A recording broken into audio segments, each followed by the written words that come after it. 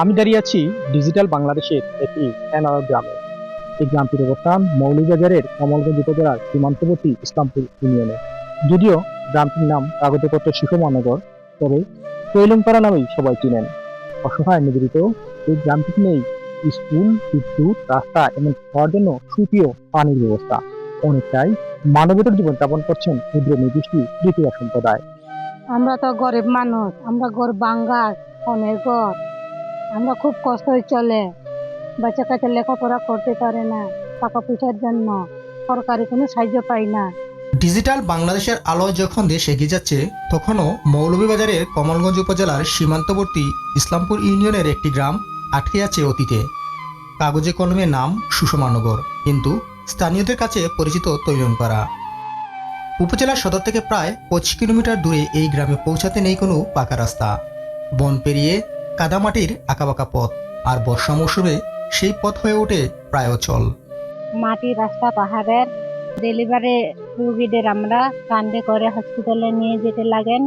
বৃষ্টি যদি রাস্তার বালা নাই, কাদা মাটি আর রাস্তা ভালো নাই। এই গ্রামে বসবাস করেন ক্ষুদ্র নিগোষ্ঠী ত্রিপুরা সম্প্রদায়ের 27টি পরিবার। তাদের ঘরবাড়ি যেন 50 বছর আগের কোনো গ্রামের ছবি। আমরা একবারে গরিব, এত গরিব আমরা আমার পুরিও পড়াইতে পারিনি। এবছর এসএসসি দেওয়া নিয়ে আসলো, এটাও বন্ধ হয়ে গেছে। এসএসসি দিতে পারছি না এই বছর টাকার জন্য। তার বাবা কাম করে। বাঁশ, মাটি আর ছনের ছাউনি। কেবল সামান্য সচ্চর পরিবারগুলো টিনের ঘরে থাকলেও সেগুলোর অবস্থা নড়ে। তাদের মূল জীবিকার উৎস লেবু চাষ, পাশাপাশি আছে কলা আর নাগামরিচ। কিন্তু আধুনিক জীবনের কোনো সুবিধাই তাদের কাছে পৌঁছায়নি।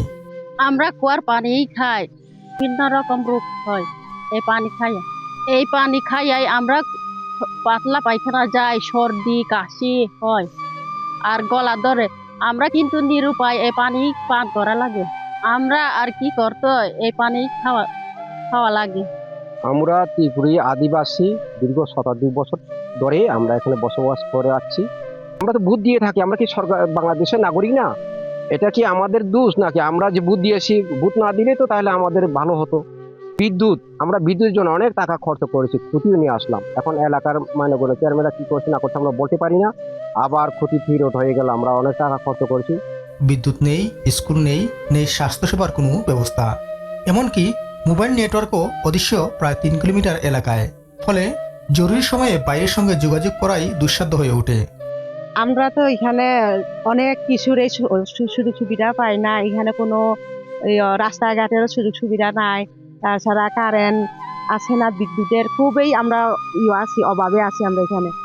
আর বাচ্চা কাচ্চারা আমরা স্কুলে পড়ানোর সুযোগ সুবিধা নাই, স্কুল নাই। কেউ অসুস্থ হলে কয়েক কিলোমিটার হেঁটে বা সাইকেলে গিয়ে সিএনজি আনতে হয়, আর বর্ষার সময় হেঁটেই যেতে হয় সেই কাদাযুক্ত পথে। পানির একমাত্র উৎস প্রাকৃতিক ছড়া আর কুয়ার পানি, কিন্তু সেই পানিই অস্বাস্থ্যকর, যার কারণে গ্রামবাসী প্রায়ই ভোগেন প্রাণীবাহিত নানা রোগে। এমন পরিস্থিতির মধ্যেই আসে রাজনৈতিক প্রতিশ্রুতি।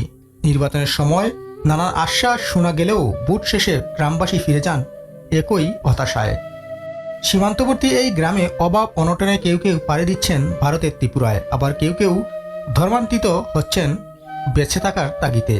গ্রামের মানুষের একটাই দাবি, দ্রুত বিদ্যুৎ, রাস্তা, স্বাস্থ্যসেবা আর নিরাপদ পানির ব্যবস্থা করা হোক। এটি একটি গ্রামের গল্প নয়, ডিজিটাল বাংলাদেশের ভেতরে লুকিয়ে থাকা অ্যানালগ বাস্তবতার নির্মম ছবি। ধন্যবাদ।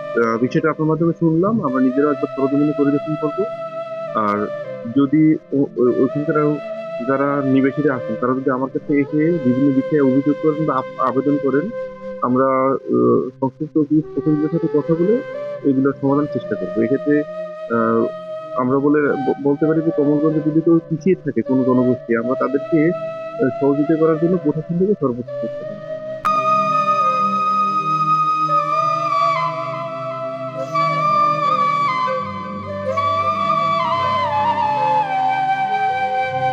দরিদ্র, অসহায় এবং সুবিধা থেকে বঞ্চিত ক্ষুদ্র নিগোষ্ঠী ত্রিপুরা সম্প্রদায়ের এই তৈলংপাড়ার মানুষের একটাই দাবি, যাতে এই গ্রামে স্কুল, বিদ্যুৎ এবং রাস্তার সংস্কার করা হয় এবং তারা যাতে একটি সুন্দরভাবে জীবনযাপন করতে পারে সেই প্রত্যাশাই জানিয়েছেন। মোহাম্মদ আহাদ মিয়া, এনটিভি অনলাইন, মৌলভীবাজার।